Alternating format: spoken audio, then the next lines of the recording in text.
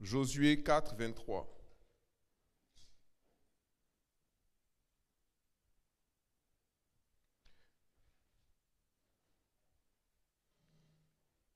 Merci Seigneur. Je lis. Josué dit ici au peuple d'Israël, il dit, car, la Bible dit, donc verset 22, il dit, vous en instruisez vos enfants, et vous direz, Israël a passé ce Jourdain à sec. Donc, Josué parle du passage d'Israël qui traverse le Jourdain à sec pour une deuxième fois. Parce que Dieu avait déjà séparé la mer Rouge et il avait permis que le peuple d'Israël puisse le passer à sec. Et là encore, Dieu venait d'opérer un miracle et permettre que le peuple d'Israël puisse passer le Jourdain à sec. Et au verset 23, il dit, « Car l'Éternel, votre Dieu, a mis à sec devant vous les eaux du Jourdain jusqu'à ce que vous eussiez passé. Comme l'Éternel, votre Dieu, l'avait fait à la mer Rouge, qu'il a mis à sec devant nous, jusqu'à ce que nous eussions passé. Afin que tous les peuples de la terre sachent que la main de l'Éternel est puissante, et afin que vous ayez toujours la crainte de l'Éternel, votre Dieu. » Amen. Père, je bénis ton nom pour ce jour, je bénis ton nom pour ce message. Je prie que tu le oignes et que tu permettes qu'il soit un message libérateur, transformateur pour la vie d'une multitude. Que ton nom soit béni, que tous ceux qui saisissent l'essence de ce message reçoivent véritablement le miracle dans leur vie et voient leur vie être transformée de manière littérale au nom de Jésus. Et le peuple de Dieu dit Amen. Gloire à Dieu.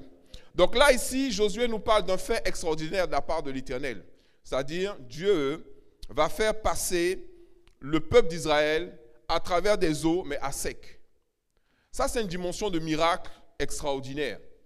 C'est-à-dire de pouvoir être en face de grandes eaux, parce que le Jourdain, c'est un fleuve, et ils voient des eaux, et ils savent qu'ils ne peuvent pas traverser ces eaux-là. Donc, ça parle d'obstacles, ça parle d'opposition. Et Dieu va quand même agir et permettre que, alors qu'en temps normal, on ne peut pas passer, il y a une opposition, il y a quelque chose qui nous empêche d'aller d'un point à un autre, comme la mer Rouge aussi était une opposition pour pouvoir aller de l'autre côté. Dieu va agir de manière puissante. Et Josué va nous rappeler, dans le verset 24, il dit, Dieu fait ceci afin que tous les peuples de la terre, touche ton voisin, dis-lui, tous les peuples de la terre, afin que tous les peuples de la terre, amen, sachent que la main de l'Éternel est puissante. Amen. Que les peuples de la terre sachent que la main de l'Éternel est puissante. La main de l'Éternel est puissante. Aujourd'hui, je vais enseigner sur le thème « Activer la main de l'Éternel ». Amen. En fait, on ne peut pas enseigner dessus en un seul message, donc ça sera une série. C'est une série « Activer la main de l'Éternel » ou « Comment activer la main de l'Éternel ». Amen. Parce que aujourd'hui, nous sommes dans ces temps, nous sommes dans une saison assez particulière. Nous sommes dans une saison qu'on qualifie de fin des temps. Mais ce n'est pas parce que nous sommes dans la fin des temps que les miracles de Dieu ne vont pas se produire. Au contraire, Dieu va être encore plus actif dans la manifestation de sa puissance envers ses enfants, envers son peuple. Et il va leur permettre de pouvoir faire des choses qui défient l'entendement, qui défient la règle, en fait. Normalement, on ne peut pas marcher au milieu de la mer.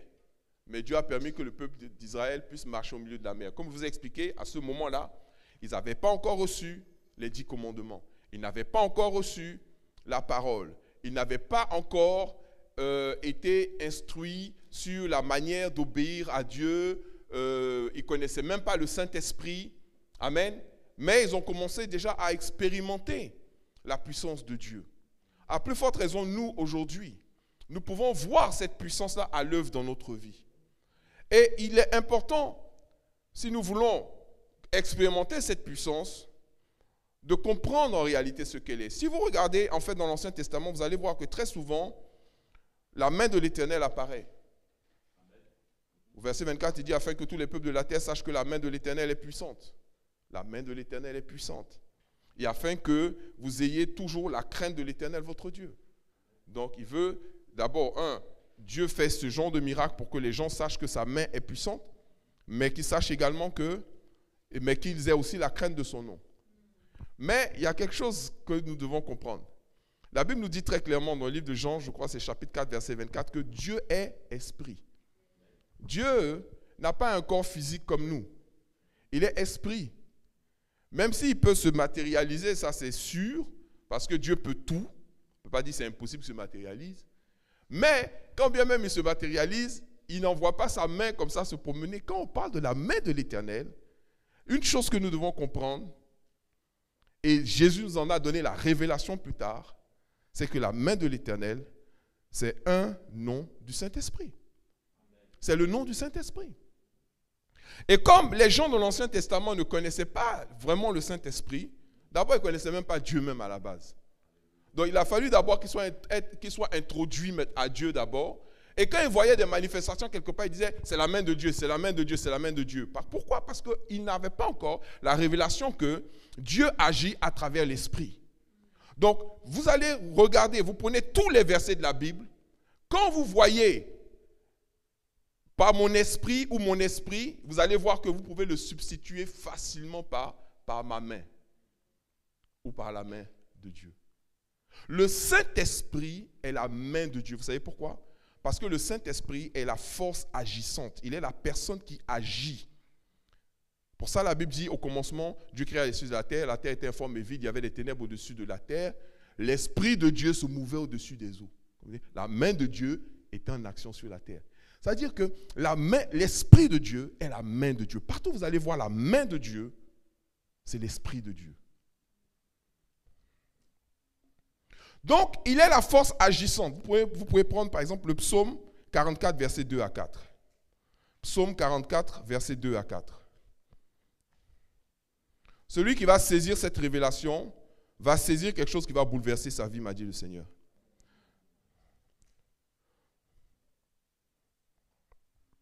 Il dit, quel que soit ce qui va se passer, quel que soit ce qui va souffler, quel que soit ce qui va se passer, parce que, je vous assure, ce qu'on a vu avec les 5 premières années, là, on va voir l'exponentiel dans les 5 prochaines années, à la puissance. Okay?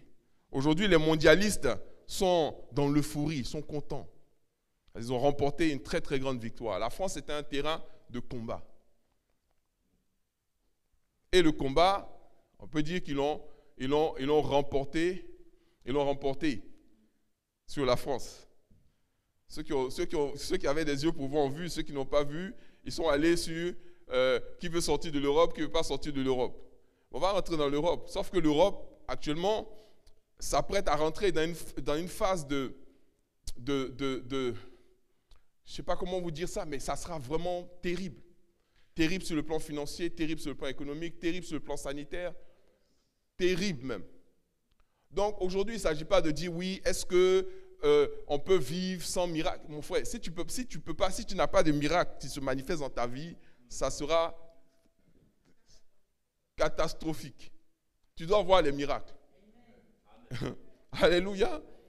Quand ton budget d'essence fait la moitié de ton salaire déjà, et tu n'as pas encore payé ta maison, déjà tu es dans des problèmes. Donc, il faut les miracles. Touche ton voisin, dit il faut les miracles. Je dois voir la main de Dieu dans mes circonstances. Amen. Regarde, le psaume 44, versets 2 à 4, il dit quoi? Il dit, ô Dieu, nous avons entendu de nos oreilles. Nos pères nous ont raconté les œuvres que tu as accomplies de leur temps, au jour d'autrefois. De ta main, tu as chassé des nations pour les établir. C'est-à-dire, de sa main, Dieu a fait quoi? Il a chassé des nations, mais pour établir qui? Israël. Que la main de Dieu chasse des nations pour t'établir au nom de Jésus. Dis Amen 3 fois. Alléluia. Tu as frappé des peuples pour faire quoi? Pour les éteindre. Pour les étendre plutôt. Tu as frappé des peuples pour les étendre. Donc la main de Dieu a frappé des peuples pour que le peuple de Dieu puisse s'étendre. Car ce n'est point par leur épée qu'ils se sont emparés du pays.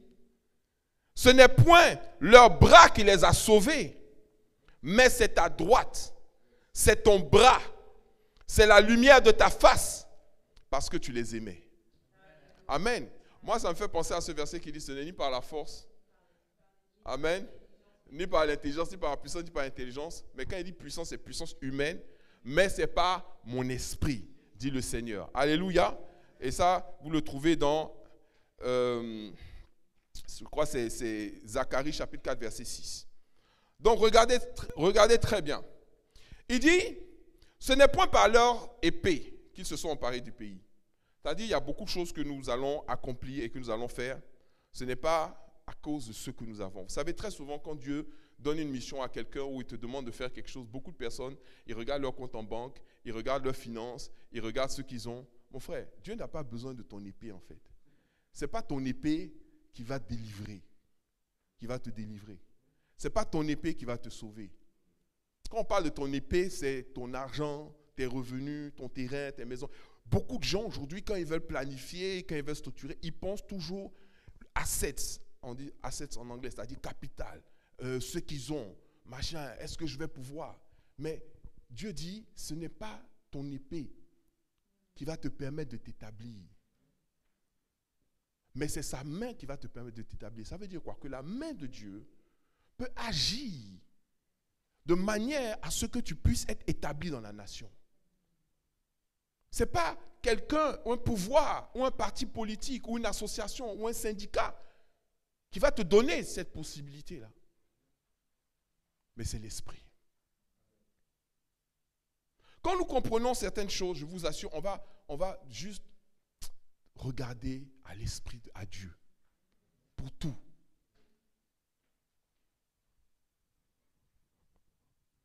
Ce n'est point leur bras qui les a sauvés. Vous savez, l'erreur que le peuple d'Israël a fait devant les Cananéens, vous vous rappelez, on dit, là-bas, il y a des géants, fils de géants, on s'est vu comme des sauterelles à leurs yeux. C'est parce qu'ils ont considéré leur personne. Ils n'ont pas considéré la personne de Dieu. Amen. Contrairement à eux, Josué et Caleb ont dit, c'est vrai, ces gens-là sont puissants, ils font peur, tout ça là. Mais si Dieu est avec nous, ça veut dire, un peu comme David, tu viens contre moi avec la lance et le javelot, moi je viens contre toi au nom de l'Éternel. C'est-à-dire, tu vas te battre contre la main de Dieu, pas contre moi. Et il y a même un verset qui dit, tu seras comme un turban royal dans la main de l'Éternel. C'est-à-dire, le Saint-Esprit, il a juste besoin d'un représentant, de quelqu'un qui va mettre devant pour qu'on puisse dire, ah voilà, Dieu agit à travers lui. Mais c'est lui qui agit, c'est le Saint-Esprit qui agit. C'est la main de l'Éternel qui agit. Nous n'avons pas d'autre choix que d'activer la main de l'Éternel. Dis, tu dois activer la main de l'Éternel dans ta vie. Mais il y a quand même une révélation. Il dit, ce n'est point leur bras qui les a sauvés, c'est ta droite, c'est ton bras, c'est la lumière de ta face. La lumière de la face de l'Éternel, c'est le Saint-Esprit. Il dit pourquoi? Parce que tu les aimais. Parce que tu les aimais. Ils n'avaient encore rien fait, mais Dieu les aimait. Ils étaient encore des pécheurs, mais Dieu les aimait. Ils étaient encore des menteurs, Dieu les aimait. Comme nous. Dieu a tant aimé le monde qu'il a donné son Fils unique afin que quiconque croit en lui ne périsse pas mais parvienne à la vie éternelle. Mais la Bible dit quoi? Qu'il s'est fait malédiction pour nous, car il est écrit, maudit soit quiconque est pendu au bois, afin que nous puissions recevoir la bénédiction d'Abraham. C'est-à-dire quoi? Que nous puissions recevoir le Saint-Esprit. C'est-à-dire que la main de Dieu puisse agir à travers dans notre vie. C'est la raison pour laquelle Jésus est mort à la croix. Donc, on va voir d'autres symboles. Le nom, quand on dit la main de Dieu, ça symbolise la puissance de Dieu. Mais la puissance dans quel sens? Je vais vous montrer à travers les Écritures que c'est dans tellement de directions, dans tellement de sens. En réalité, rien ne peut se faire dans notre vie de manière miraculeuse, de manière spectaculaire, de manière extraordinaire, de manière puissante, sans l'action de la main de l'Éternel dans notre vie. Amen. Quand on parle des actes des apôtres, en réalité, on dit c'est les actes des apôtres. Non, c'est les actes du Saint-Esprit à travers les apôtres. C'est le Saint-Esprit qui agit. Tous les miracles que nous avons vus, ce sont des miracles que le Saint-Esprit a accomplis. Ce n'est pas l'ombre de Pierre qui a guéri les malades. Sinon, quand il est né, son ombre allait guérir les malades.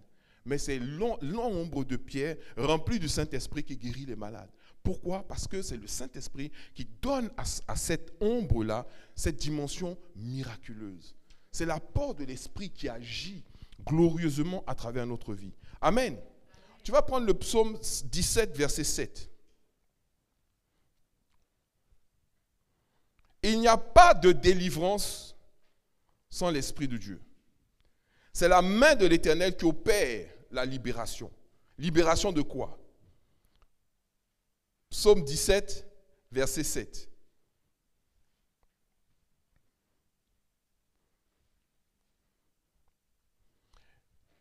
Ici, le psalmiste dit quoi? Signale ta bonté, toi qui sauves ceux qui cherchent un refuge et qui par ta droite. Donc, quand vous voyez par ta droite, en fait, ça veut dire par ta main droite. En fait, c'est la main. Amen. La main de l'Éternel et la droite, c'est la même chose. En anglais, c'est traduit your hands.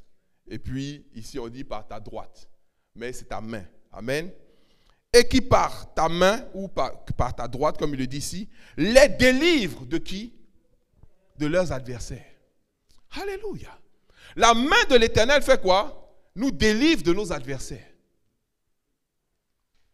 Ils viendront contre toi par un chemin, ils s'enfuiront par 7 chemins. Mais qui va les faire fuir? La main de l'Éternel.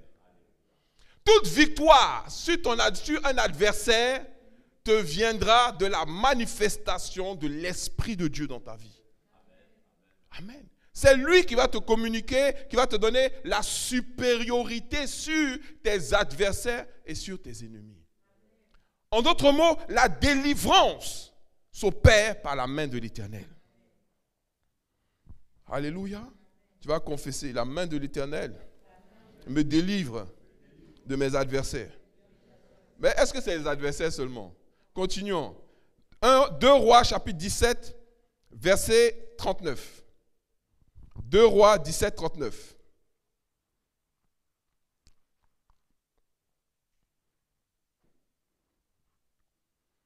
Deux Rois 17, 39.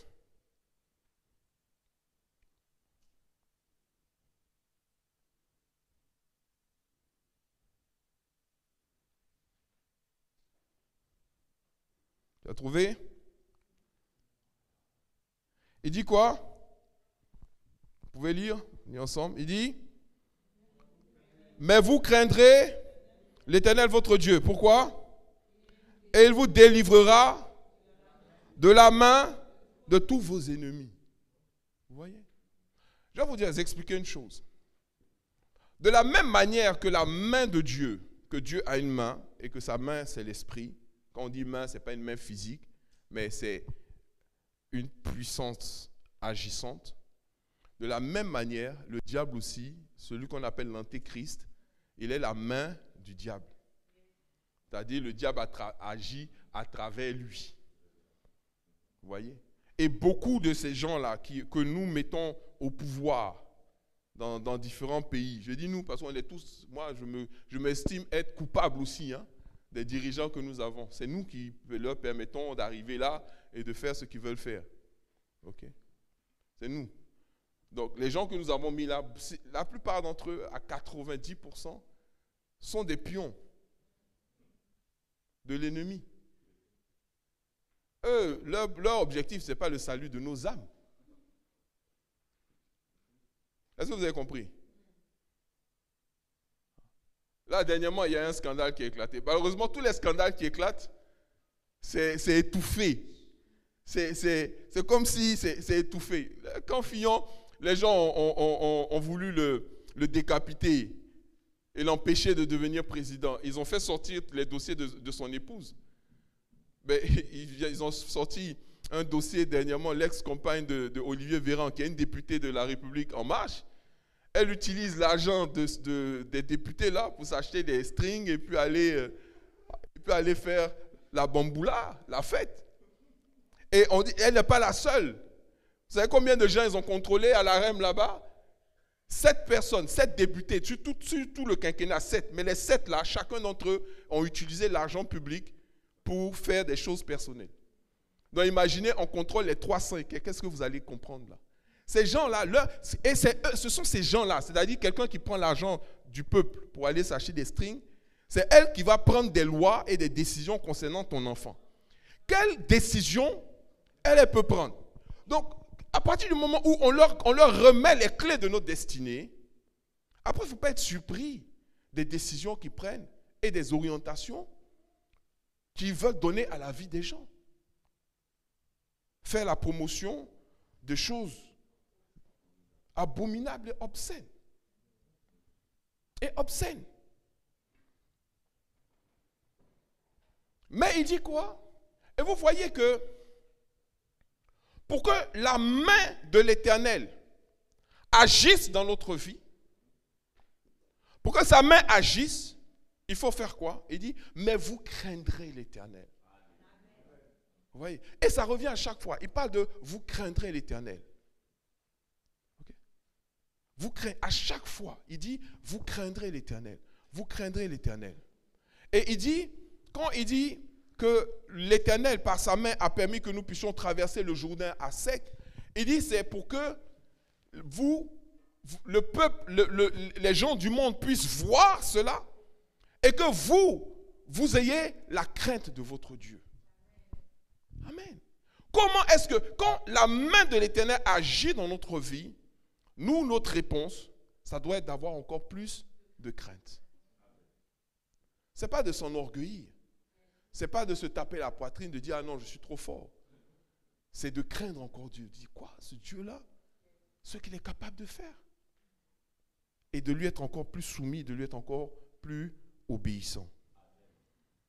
Et donc, qu'est-ce que la main de l'Éternel fait? Elle va non seulement nous délivrer de nos adversaires, mais elle va aussi nous délivrer de nos ennemis. Et de quoi? De la main de nos ennemis. C'est-à-dire que pour que tu sois délivré de la main de tes ennemis, il faut que la main de Dieu agisse. Dis main contre main. Alléluia. Donc, l'antéchrist est la main du diable, est la main de l'ennemi.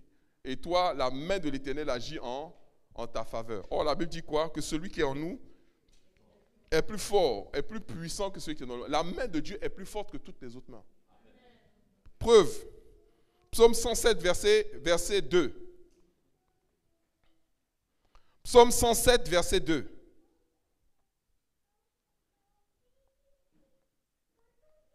Psaume 107, verset 2. Il dit,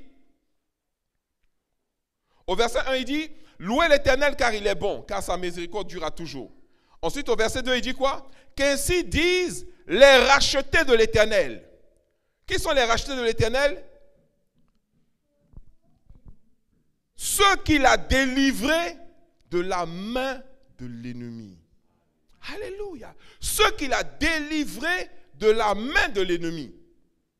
Donc la main de l'Éternel nous délivre de la main des adversaires, de la main des ennemis. Amen. Et là maintenant il dit quoi? De la main de nos ennemis et la main maintenant de l'ennemi. Amen. Donc si tu dois être délivré de la main de l'ennemi, ça passe par la main de l'Éternel. Salomon nous révèle aussi dans le Proverbe 6, verset 5. Proverbe 6, verset 5. Tout ça, c'est des points de prière. Hein? Amen. Demain, quand tu vas prier, là, tu vas que la main de l'Éternel me délivre de la main de mes adversaires, de la main de mes ennemis. Alléluia. De la main de l'ennemi au nom de Jésus. Amen. Proverbe 6, 5. Il dit quoi? Dégage-toi comme la gazelle de la main du chasseur, comme l'oiseau de la main de l'oiseleur. Je vous ai parlé de l'oiseleur, non? Voilà, l'oiseleur. L'oiseleur, il chasse avec le filet.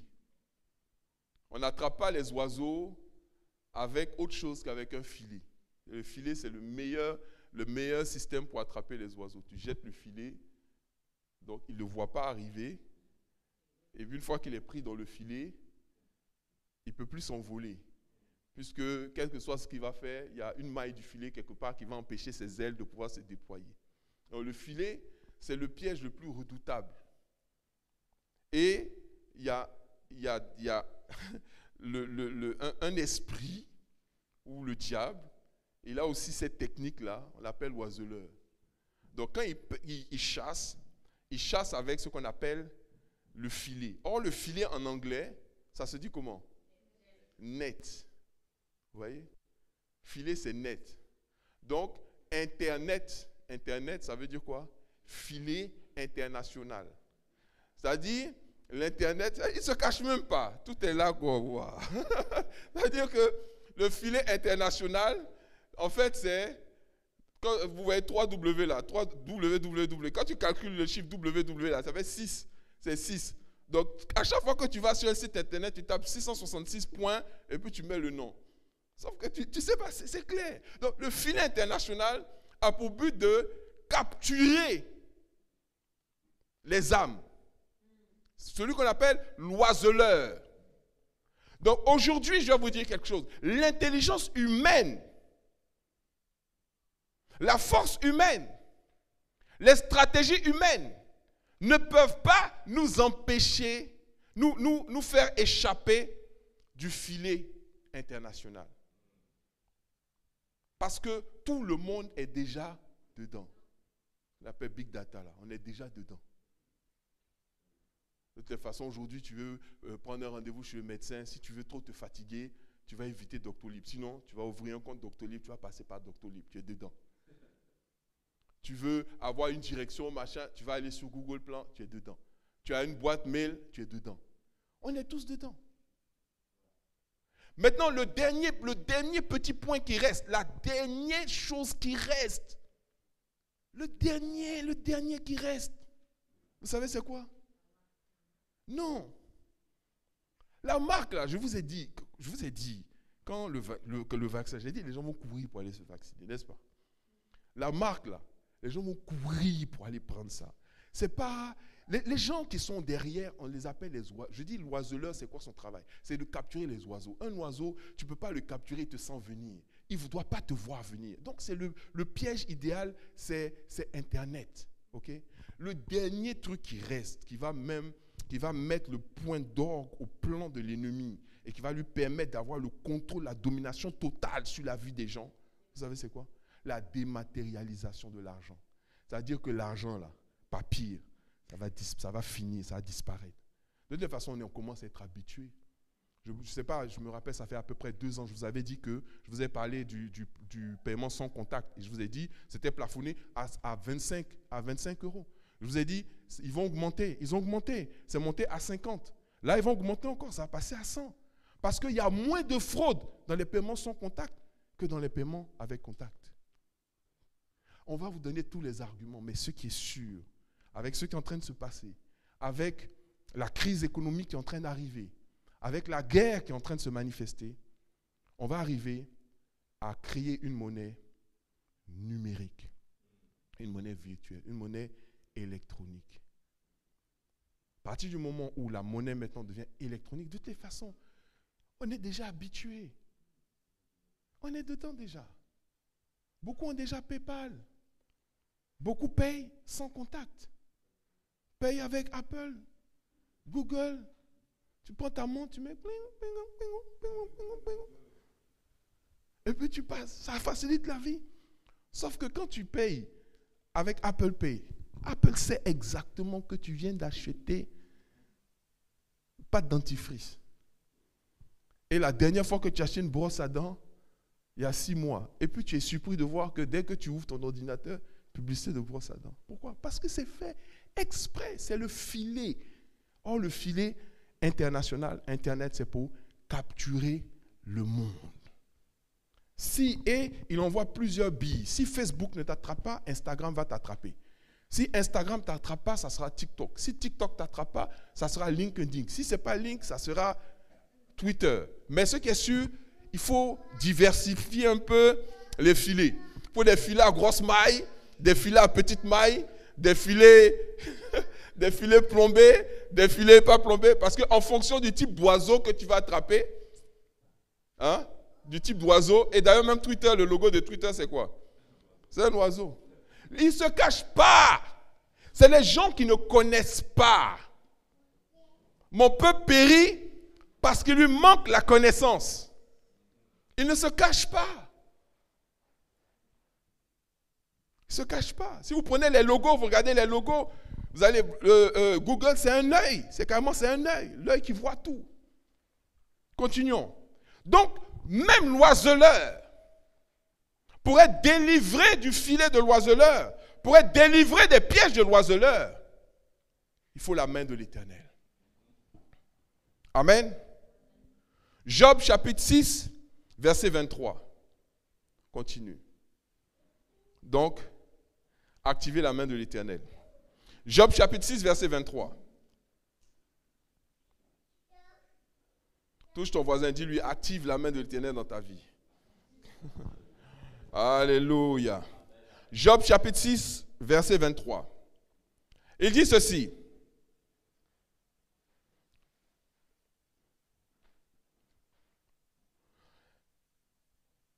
Délivrez-moi de la main de l'ennemi, rachetez-moi de la main des méchants. Amen. Rachetez-moi de la main des méchants. Donc, vous voyez, il y a combien de mains là, depuis qu'on est en train de lire? Il y a la main de l'Éternel, il y a la main des adversaires, il y a la main des ennemis, il y a la main de l'ennemi, il y a la main de l'oiseleur, il y a la main des méchants. Et puis maintenant, une autre main. Et moi, je vous exhorte à lire votre Bible et puis à essayer de retrouver les autres mains. Je vais clore ici pour ce point-là. Et puis, on va continuer sur l'enseignement. Psaume 17, verset 4. Il parle ici d'une autre main.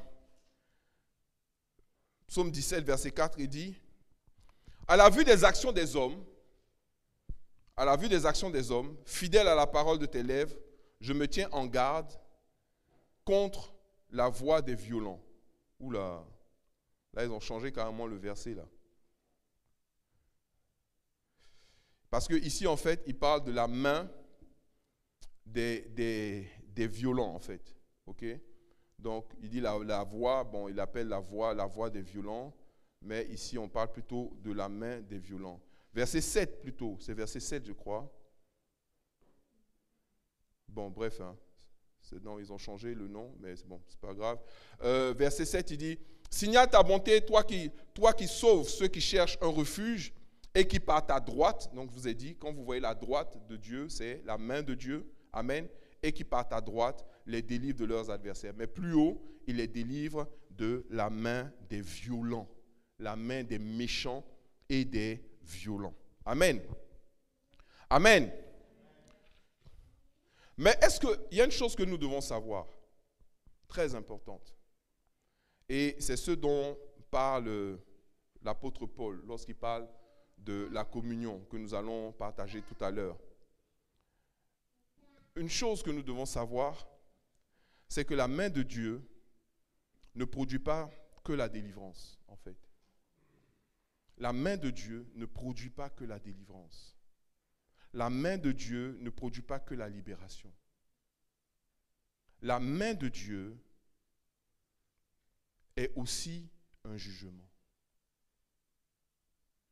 C'est un jugement. La main de Dieu est aussi un jugement. C'est aussi une condamnation. Quand la main de Dieu agit quelque part, elle n'est pas forcément pour agir en faveur d'eux, mais elle peut agir aussi pour pouvoir punir. Il faut savoir que Dieu, il dit, Dieu est amour, mais la Bible dit que Dieu est aussi un feu dévorant. Et c'est en cela que nous devons faire attention. Prenons nos Bibles dans le livre de 1 Samuel chapitre 5.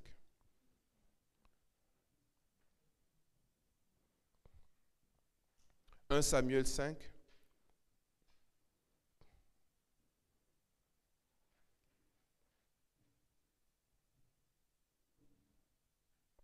« 1 Samuel 5,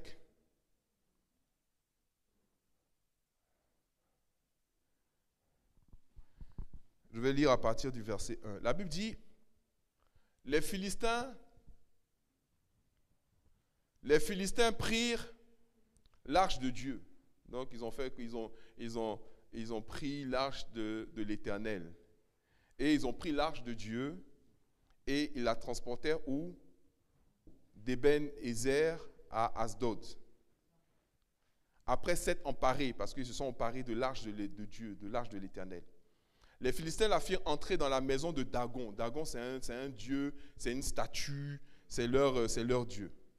Le lendemain, les Asdodiens, qui s'étaient levés de bon matin, ont trouvé quoi? Ils ont trouvé la statue de Dagon étendue face à terre. Ok? Ils ont trouvé la statue de Dagon étendue face à terre. Amen. Devant l'arche de l'Éternel. Ils prirent Dagon et le remis à sa place. Donc ils ont pris Dagon, ils l'ont remis à sa place. Le lendemain encore, s'étant levé de bon matin, ils trouvaient Dagon étendu la face contre terre devant l'arche de l'Éternel. La tête de Dagon et ses deux mains étaient abattues sur le seuil. Et il ne lui restait que le tronc. C'est-à-dire que là, maintenant, la statue a été décapitée, ses mains ont été coupées, déposées au seuil. Lui, la statue même tombée face contre terre, en face de l'arche de l'Éternel. Et tous ceux qui entrèrent dans la maison de Dagon, à Asdod, ne marchent point sur... C'est pourquoi jusqu'à ce jour, donc les prêtres de Dagon et tous ceux qui entrent dans la maison de Dagon ne marchent point sur le seuil. On continue. La main de l'Éternel, lis bien, la main de l'Éternel fit quoi?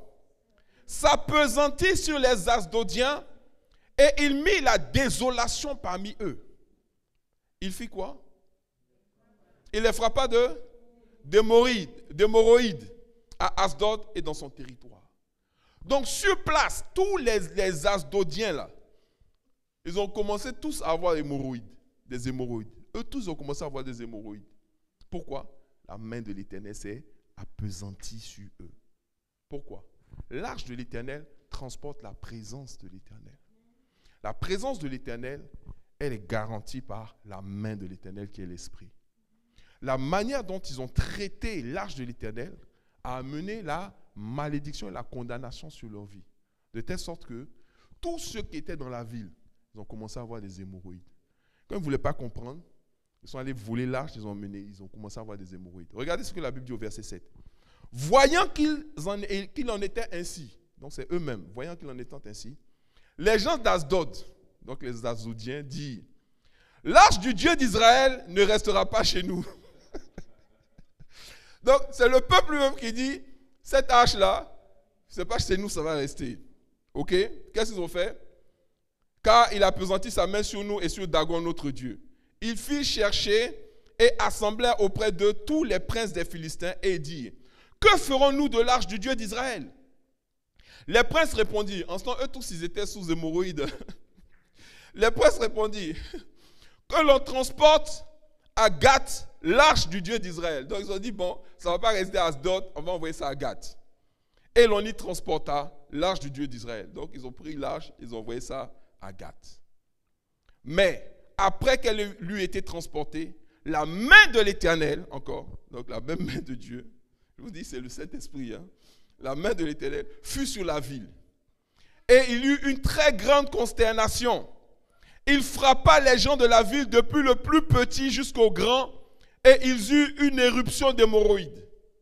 Donc là, ils ont pris l'arche, ils ont emmené à Gath. À Gath aussi, l'hémorroïde les a frappés, depuis le plus petit jusqu'au plus grand. Verset 10. Alors, ils envoyaient l'arche de Dieu à Écron. Ils ont dit, bon, on va enlever ça de Gath, on va envoyer ça à Écron. Lorsque l'arche de Dieu entra dans Écron, les Écroniens poussèrent des cris. Quand ils ont envoyé l'arche à Écron, les Écroniens ont commencé à crier en disant, on a transporté chez nous l'arche du Dieu d'Israël pour nous faire mourir, nous et notre peuple. Et maintenant, vous voyez ce qu'ils ont fait au verset 11. Ils firent chercher et assemblèrent tous les princes des Philistins et ils dirent, renvoyez l'arche du Dieu d'Israël, qu'elle retourne en son lieu et qu'elle ne nous fasse pas mourir, nous et notre peuple. Car il y avait dans la ville une terreur mortelle, la main de Dieu s'y appesantissait fortement. Amen. Verset 12 dit, les gens qui ne mouraient pas étaient frappés d'hémorroïdes et les cris de la ville montaient jusqu'au ciel. Ce n'étaient pas des petits, c'était des hémorroïdes terribles. Les gens criaient, pleuraient et ceux qui ne criaient pas, qui ne pleuraient pas, mouraient. Et ça, c'était l'action de la main de l'Éternel. Pourquoi je lis ça aujourd'hui? Vous allez me dire, non, c'est dans l'Ancien Testament. Ça n'a rien à voir avec aujourd'hui. Mais on se trompe. Ça a bien à voir avec aujourd'hui. Et je vais conclure sur ça. Prenez maintenant vos Bibles dans 1 Corinthiens chapitre 11, verset 17. 1 Corinthiens 11, 17. Paul le dit. À partir du verset 17, il dit ceci.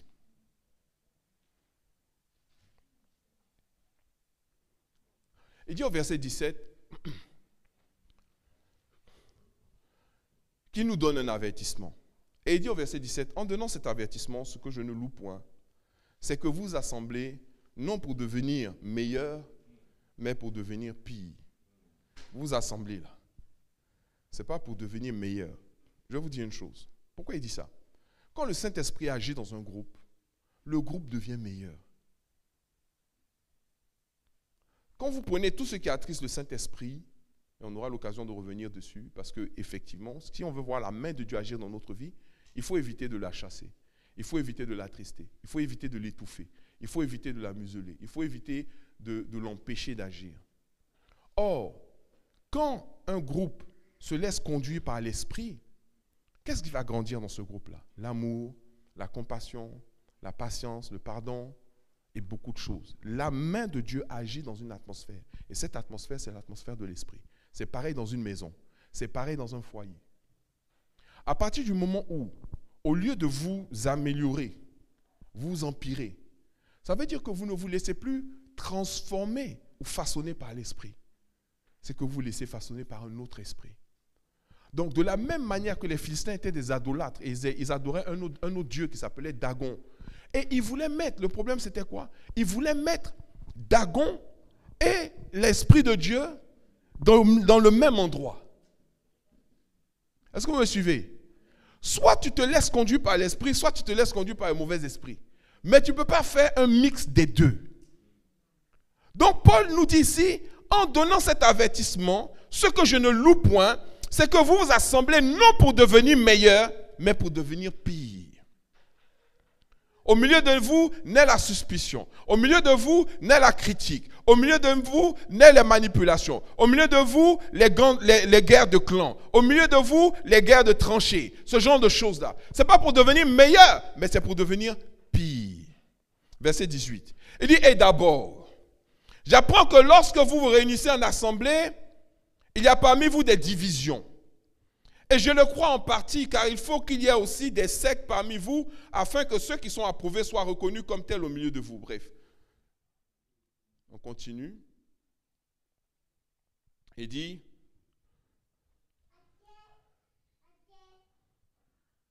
maintenant il fait référence au verset 23, il dit, car j'ai reçu du Seigneur,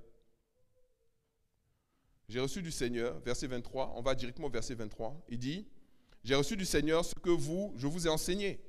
C'est que le Seigneur Jésus, dans la nuit où il fut livré, prit du pain. Dans la nuit où il fut livré, il fit quoi? Il prit du pain, et après avoir rendu grâce, le rompit et dit, ceci est mon corps qui est rompu pour vous. Faites ceci en mémoire de moi. De même, après avoir soupé, il prit la coupe et dit, cette coupe est la nouvelle alliance en mon sang. Faites ceci en mémoire de moi toutes les fois que vous en boirez. Car toutes les fois que vous mangez ce pain et que vous buvez cette coupe, vous annoncez la mort du Seigneur jusqu'à ce qu'il vienne. C'est pourquoi celui qui mangera le pain ou qui boira la coupe du Seigneur indignement sera coupable envers le corps et le sang du Seigneur. Donc voyez, il parle maintenant de la plus grande, d'une action que Christ nous appelle à poser. Si nous voulons voir sa main agir au milieu de nous. Il a instauré ça le jour de sa mort. C'est ce qu'il dit. Le jour où il fut livré. Ceci est mon corps qui est rompu pour vous. Faites ceci en mémoire de moi. Cette coupe est la nouvelle alliance en mon sang. Faites ceci en mémoire de moi. À chaque fois, il le dit. Il dit, regardez ce qu'il dit plus loin. Verset 28. On a lu le 27 ? Non. C'est pourquoi, verset 27, c'est pourquoi celui qui fera quoi ? Qui mangera le pain ou boira la coupe du Seigneur indignement sera coupable envers le corps et le sang du Seigneur. Regardons verset 28. Que chacun donc s'éprouve soi-même et qu'ainsi il mange du pain et qu'il boive de la coupe. Verset 29. Car celui qui mange et boit sans discerner le corps du Seigneur mange et boit quoi ? Un jugement contre lui-même. Et il va expliquer maintenant verset 30 en disant, c'est pour cela qu'il y a parmi vous beaucoup d'infirmes et de malades et qu'un grand nombre sont morts. Vous avez vu ? Il dit, c'est la raison pour laquelle, parce que c'est pour cela, c'est ce que ça veut dire, c'est la raison pour laquelle parmi vous, c'est-à-dire parmi les chrétiens, il parlait aux Corinthiens, il dit, et il a dénoncé beaucoup de choses chez les Corinthiens. Il a dénoncé beaucoup de travers chez les Corinthiens. Et il dit, la raison pour laquelle parmi vous, il y a des infirmes, il y a des malades, et il y a beaucoup qui sont morts, c'est parce que vous avez mangé la chair de Jésus et vous avez bu son sang sans vous éprouver vous-même et sans vous juger vous-même. En d'autres mots, ce que je suis en train de vous dire, c'est que l'activation de la main de l'Éternel n'est pas forcément un jugement contre nos ennemis, mais ça peut être aussi un jugement contre nous, si nous établissons d'autres dieux dans notre vie à la place de l'Éternel. La chair et le sang de Jésus, c'est le corps de Christ qui vient littéralement en nous, circuler en nous, affecter notre ADN, nos cellules, notre sang, nos veines, notre peau. Normalement, selon ce que Paul dit, parmi les chrétiens, parmi vous, il ne devrait pas y avoir de malades. Il ne devrait pas y avoir d'infirmes. Il ne devrait pas y avoir de gens qui meurent de manière prématurée. Mais la raison pour laquelle il y a toutes ces choses-là, c'est parce que nous mangeons la chair de Jésus et nous buvons son sang sans discernement. Verset 31, il dit ceci. Si nous jugions nous-mêmes, nous ne serions pas jugés.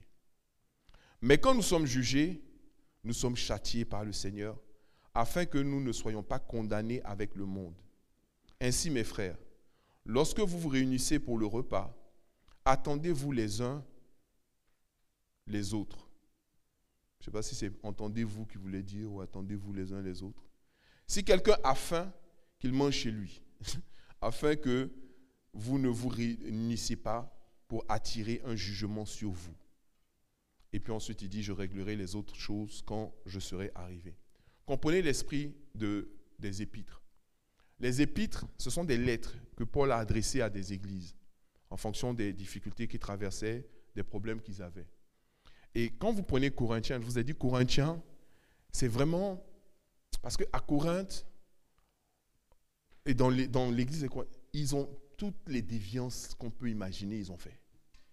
Vous avez lu une fois les pratiques même qu'ils avaient fait, il y en a un même qui allait coucher avec la femme de son père. Paul a dénoncé ça.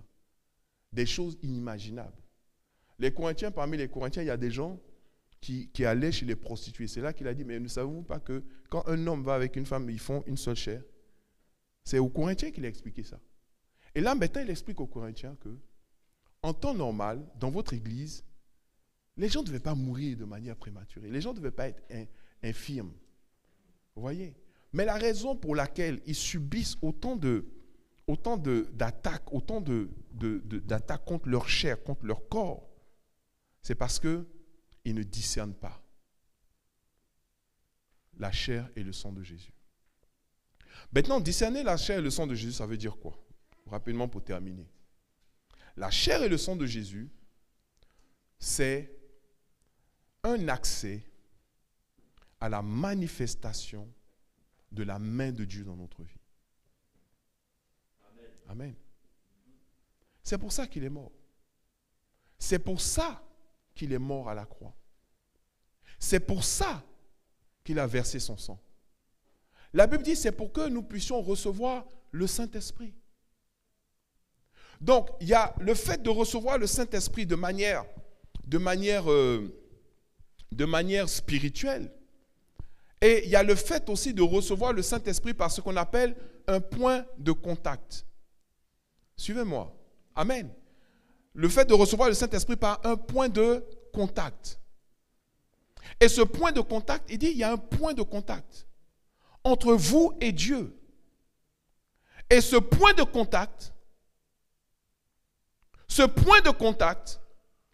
c'est ma chair qui a été brisée pour vous et mon sang qui a été versé pour vous. Amen. Et quand il a instauré ça, il a lui-même dit, il dit, tous ceux qui mangeront ma chair et qui boiront mon sang, je les ressusciterai au dernier jour. D'autres versets disent, je les élèverai au dernier jour, dans les derniers temps. Ça veut dire que c'est un moyen, y compris dans les derniers temps, d'appeler la manifestation de la main de Dieu. Est-ce que vous me suivez? Donc de la même manière que, comme on l'a vu tout à l'heure, la main de Dieu est capable d'agir en notre faveur, d'apporter la délivrance, de manifester des miracles. Et là, on n'a même pas vu la moitié des miracles et des choses qu'il est capable de faire. De nous faire traverser la mer Rouge à sec. De nous faire traverser le Jourdain à sec. Des choses, des miracles extraordinaires. Que la main de Dieu est capable, pour des tissus qui ont touché Paul, de voyager à plusieurs centaines de kilomètres et d'apporter la guérison, la délivrance. Pour l'ombre de Pierre, de guérir des malades, de faire et d'expérimenter des choses extraordinaires.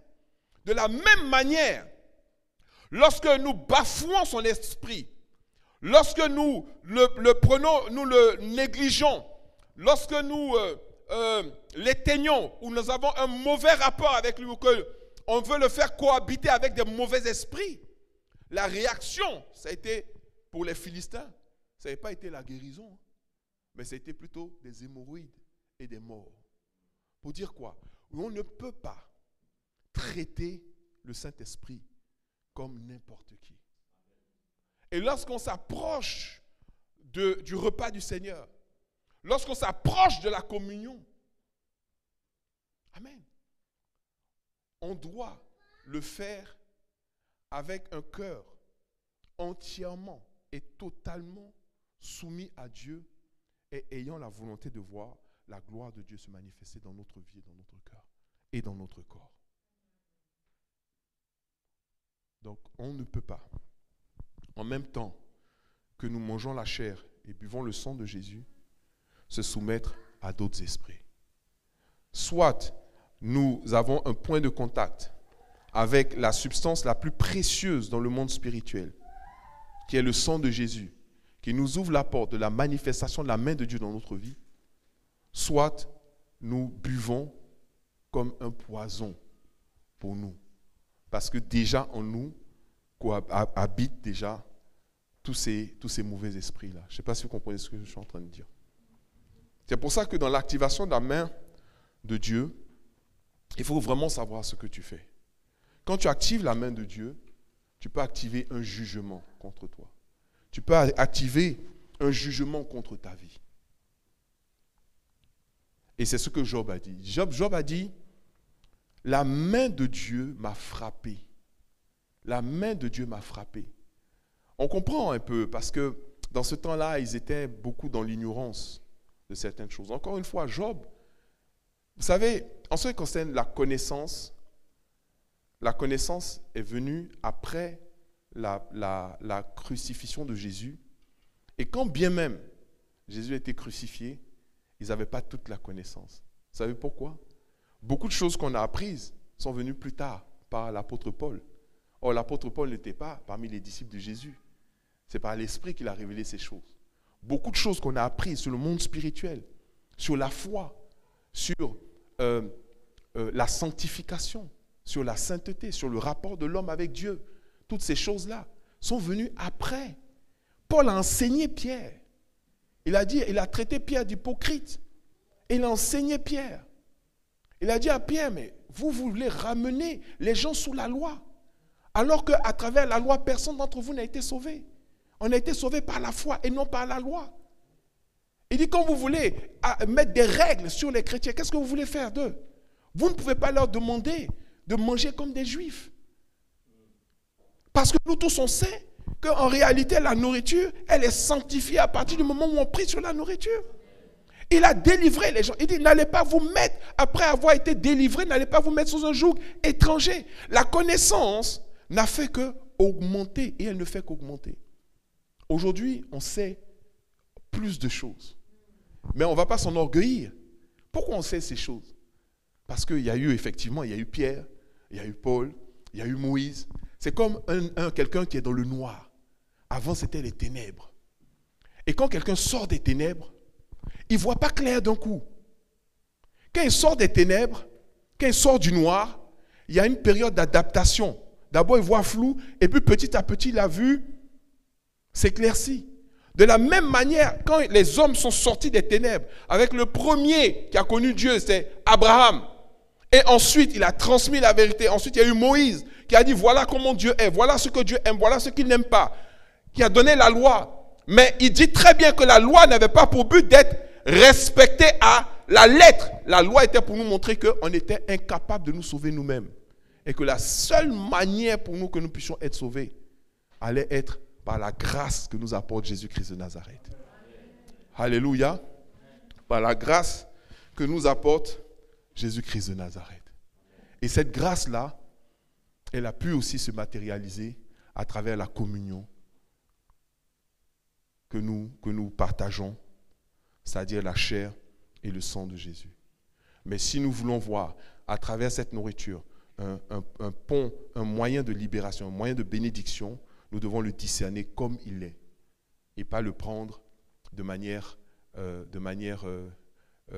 sans discernement. Et c'est ce discernement que je vous ai apporté ce matin à travers ce message, activer la main de l'Éternel. On va se lever dans la présence de Dieu. Alléluia.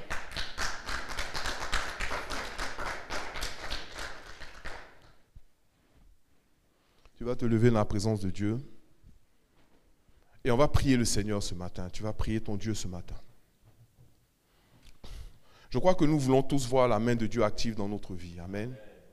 Une main de protection, une main de délivrance, une main de libération. Alléluia.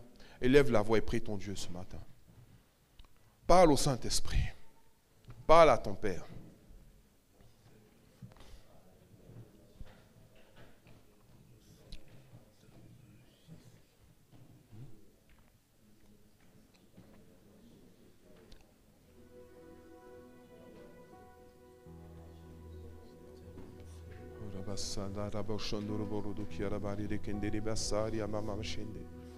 Élève la voix ce matin, élève la voix ce matin, parle à ton Dieu ce matin.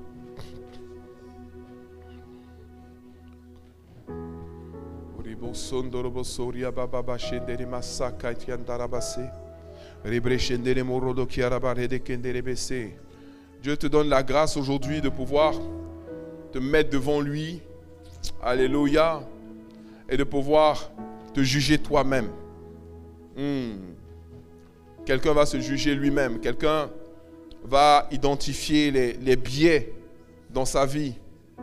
Les choses qui ne glorifient pas le Seigneur, des choses qui ne sont pas en accord avec la direction de l'Esprit, avec la parole de Dieu. Et tu vas te repentir de ces choses ce matin. Tu vas te repentir de ces choses ce matin. Tu vas demander pardon à Dieu. Et tu vas dire, Seigneur, je veux restaurer ou je veux appeler la manifestation de ta main dans ma vie, dans mes circonstances, dans ma maison, dans ma famille. Alléluia. Élève la voix. La main de Dieu, agissant dans ta vie, va te délivrer de la main de tes adversaires, de la main des ennemis, de tes ennemis, de la main de l'ennemi, c'est-à-dire de la main du diable, de la main de l'oiseleur, celui qui essaie de capturer les âmes dans les derniers temps, les emmener en enfer, de la main des méchants, de la main des iniques et de la main des violents. Aucune violence ne pourra t'atteindre, aucune violence ne pourra te toucher, parce que la main de l'Éternel te protégera certainement.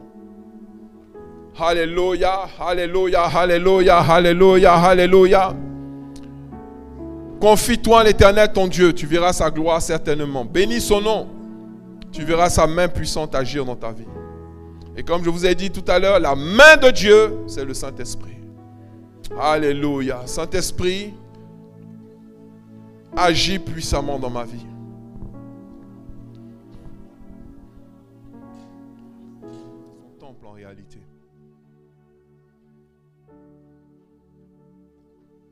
Le Seigneur ne nous a pas caché sa volonté de nous voir être entièrement et totalement remplis de l'Esprit.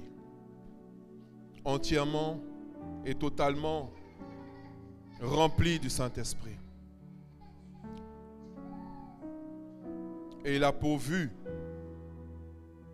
Il a pourvu. Il a pourvu. Il a pourvu. Il a pourvu. Il a pourvu aux moyens pour se faire. Il a pourvu aux moyens pour que nous puissions être connectés à lui. C'est pour ça que nous appelons cela la communion, pour que nous puissions faire un avec lui. Il a dit, le Père, l'Esprit et moi, nous sommes un. Et il nous appelle à faire un avec lui. Ainsi, celui qui a ressuscité Christ d'entre les morts, s'il habite en vous, il redonnera vie à vos corps mortels. Aujourd'hui, la main de l'Éternel te délivre de la main de l'ennemi. Te délivre de la main de tes ennemis. Te délivre de la main de la maladie. Te délivre de la main de tes adversaires. Te délivre de la main des méchants. Te délivre de la main des violents. Te délivre de la main de l'oiseleur. La main de l'Éternel te délivre de la mort et du séjour des morts. Car Christ est mort afin que tu puisses vivre. J'appelle la vie sur toi. J'appelle la multiplication, la bénédiction. Et dans les temps d'impossibilité, dans les temps d'opposition, là où se dresse devant toi le fleuve ou la mer rouge, ou la mer, Dieu me dit de te dire, sache que tu traverseras à sec. Dis amen, amen, amen, amen, amen. Alléluia. Tu traverseras à sec.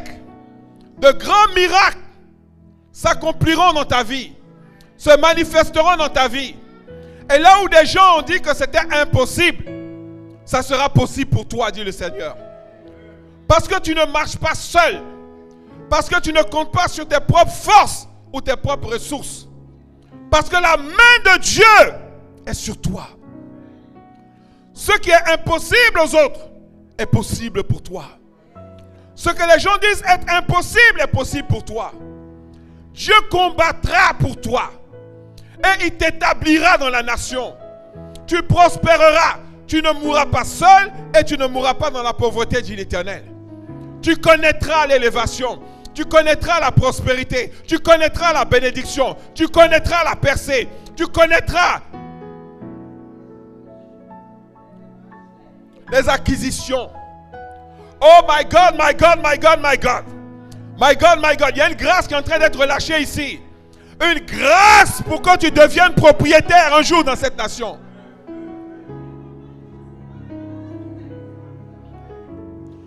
L'adversaire veut s'opposer à ça. L'adversaire veut s'opposer à ce que les enfants de Dieu puissent acquérir des biens, puissent devenir propriétaires.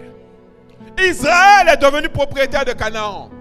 Mais il y avait des Cananéens à Canaan. Et Israël est devenu propriétaire. Ça n'a pas empêché Israël de devenir propriétaire. De la même manière, je déclare que ton Dieu agira en ta faveur pour faire de toi un propriétaire. Une propriétaire dans cette nation au nom de Jésus. Tu vas acquérir.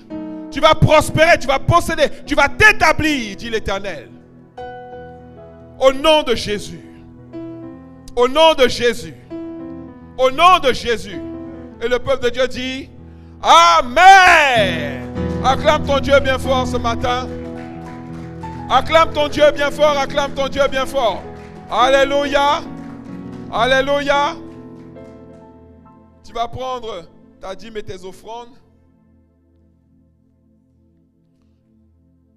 Et si tu as amené des offrandes sacrificielles, des offrandes pour l'accomplissement de tes vœux, des restitutions, des dîmes, tu peux les apporter dans la maison de ton Dieu. Alléluia.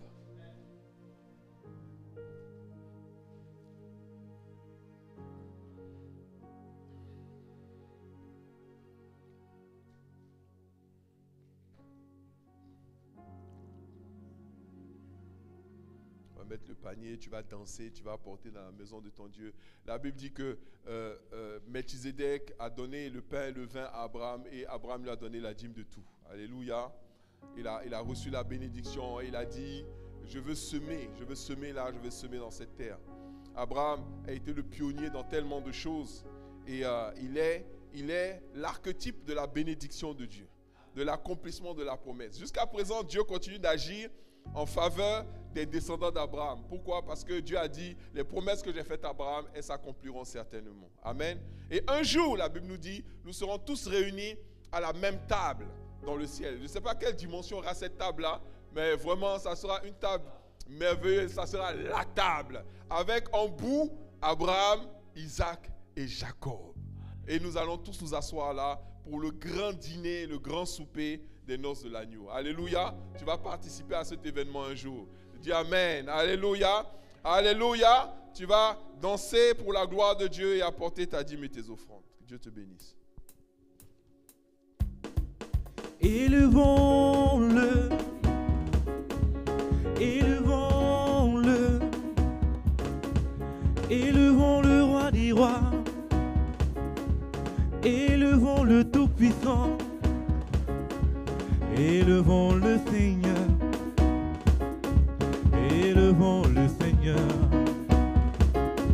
Élevons le Seigneur. Élevons le Seigneur. Magnifions-le. Magnifions-le. Magnifions le Tout-Puissant. Magnifions l'agneau de Dieu. Magnifions le Seigneur. Oh, magnifions le Seigneur. Magnifions le Seigneur. Magnifions le Seigneur. Alléluia. Magnifions le Seigneur. Alléluia. Alléluia. Alléluia. Lève les mains vers le ciel. Père, nous te rendons grâce pour ce moment que tu nous as permis d'avoir dans ta présence. Merci pour ce culte, merci pour ces enseignements.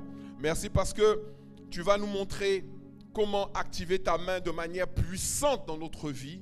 Et nous allons la voir à l'œuvre tout au long de ces années qui nous séparent avec ce jour grand et glorieux où nous allons être pour l'éternité réunis avec toi. Je bénis ton nom pour chaque personne ici.